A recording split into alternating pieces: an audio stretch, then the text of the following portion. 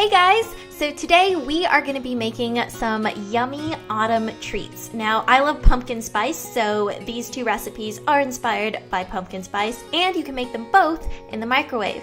So the first thing you're going to need is some flaxseed, pumpkin puree, an egg, but if you'd like to make this recipe vegan friendly, you can leave that out, some maple syrup, almond milk, and I'm using unsweetened, but original will also work just as well. Almond flour, because I find that this is the best gluten-free flour option. And then some chocolate. So I have semi-sweet chocolate chips and a vegan alternative that is sweetened with stevia. You'll also need a banana, and the key here is to use a really ripe one for extra sweetness. And then we have some baking powder, vanilla, salt, pumpkin pie spice, and pecans. But you can also use walnuts for this, or you can leave the nuts out altogether. Alright, so let's jump into it. Fleur is going to be helping me, and we're starting off with half a tablespoon of flaxseed, and we're going to put that into our container along with a tablespoon of water and swirl it all together.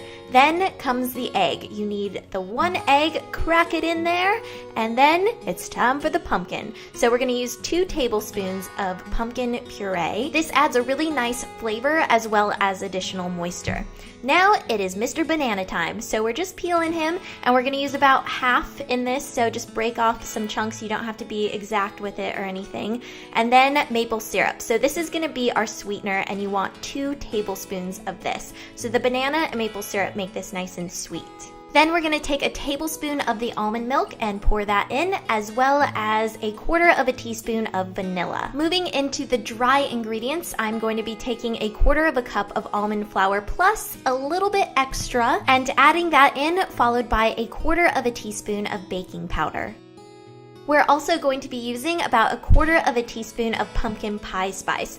But if you're like me and Fleur, you can add in a little bit more because this stuff tastes real good. From here, you just need a pinch of salt, so not that much, just a little bit, and a ramekin or a microwave-safe mug. Now, I'm using butter to grease my ramekin, but you can also use oil for this as well.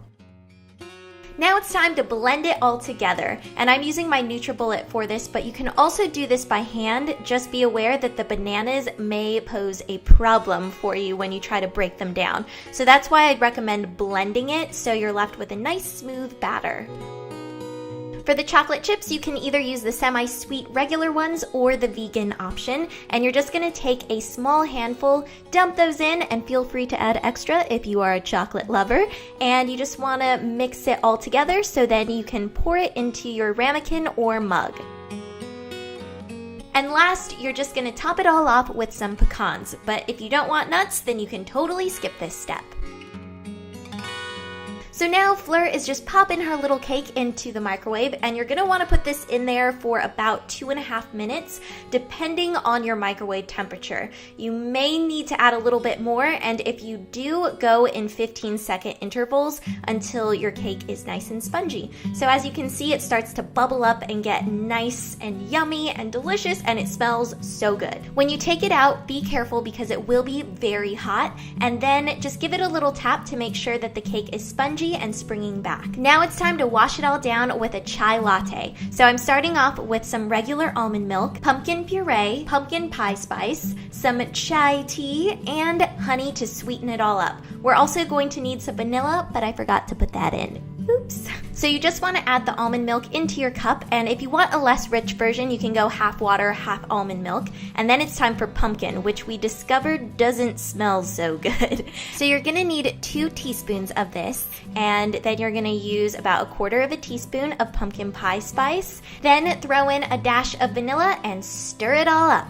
So we're going to put this in the microwave for just over 2 minutes, and again, depending on your microwave, you may need more or less time, but either way, you want to keep an eye on this because it can boil over and then milk gets everywhere and it's not fun. So just watch out for that. So then you want to take your tea out of the bag and let that steep for about 5 to 7 minutes. And And then the last thing we're gonna add in after taking out the tea bag is some honey. So this is gonna sweeten everything up. This is totally up to your sweetness preferences though.